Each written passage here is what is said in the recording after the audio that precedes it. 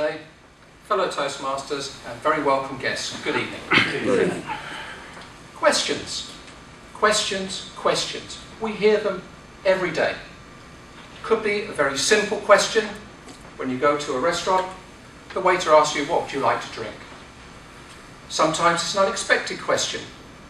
You're in a traffic jam, the white Land Cruiser's next to you, the window comes down. Would you like to go first? The man inside says.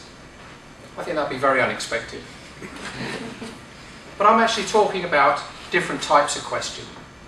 The questions that go on in here all day. This constant chatter you have in your head. And I'd like to try and persuade you in 3 areas where we could all improve the questions that we ask ourselves.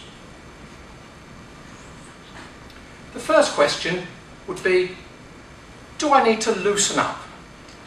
Am I too rigid in my thinking?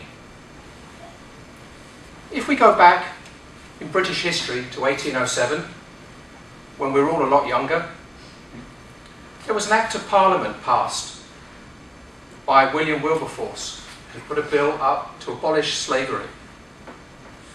If we'd have gone back to that time, we would know that the slave trade was in its heyday. And if we spoke to a slave trader, we'd have been very shocked by his point of view. We would have thought he was much, much too rigid in his thoughts. We'd say, come on, loosen up, loosen up. It's not the way things are, that's not the way people should be.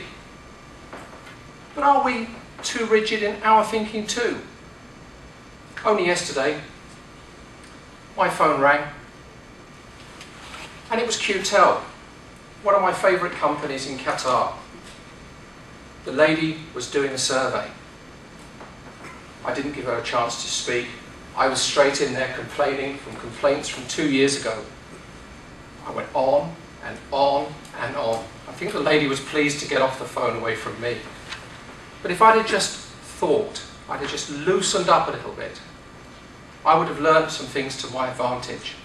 And I would urge you all, when you are in a situation like that, with a subject that's a bit sensitive to you, loosen up. Ask yourself that question. Do I need to loosen up? Second question, and maybe I'll demonstrate to you.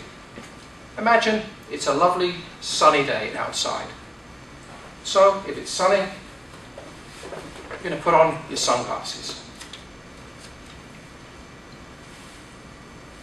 You're in the car, 3-lane highway, it's a lovely day, not too many cars around, you're driving along, you've got your favourite music on, you're listening to it, you're Mr. Cool or Mrs. Cool, driving along, and you're dreaming about some idyllic life that you could have in the future.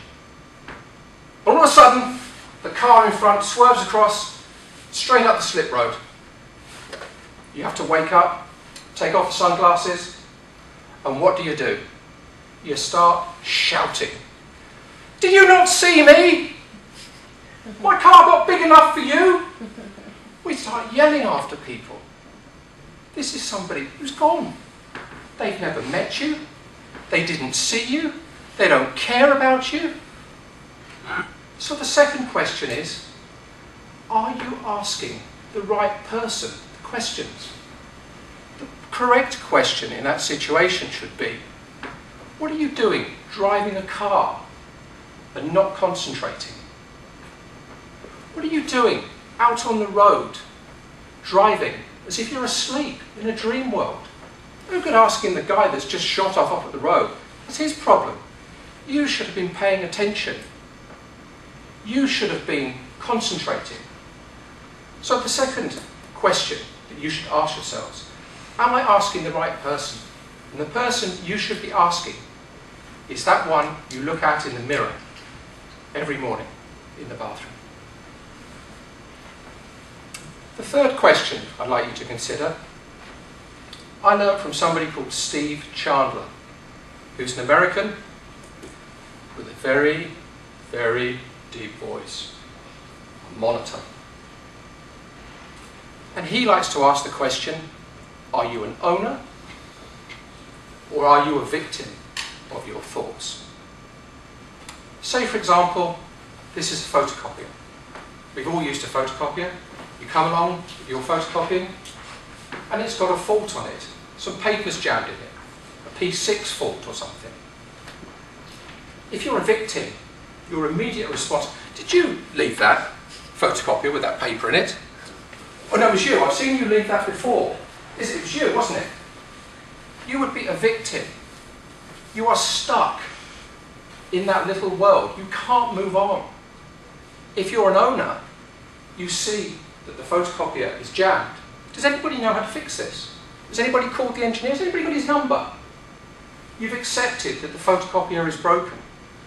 You're not trying to blame somebody else. You've moved on. This is really important in this time that we live in.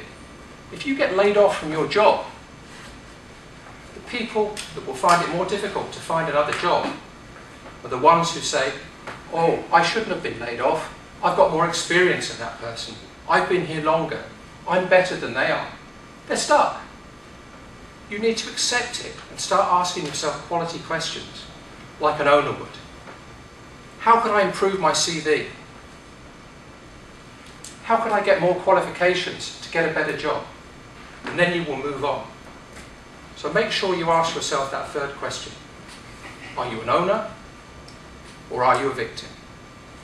Thank you very much.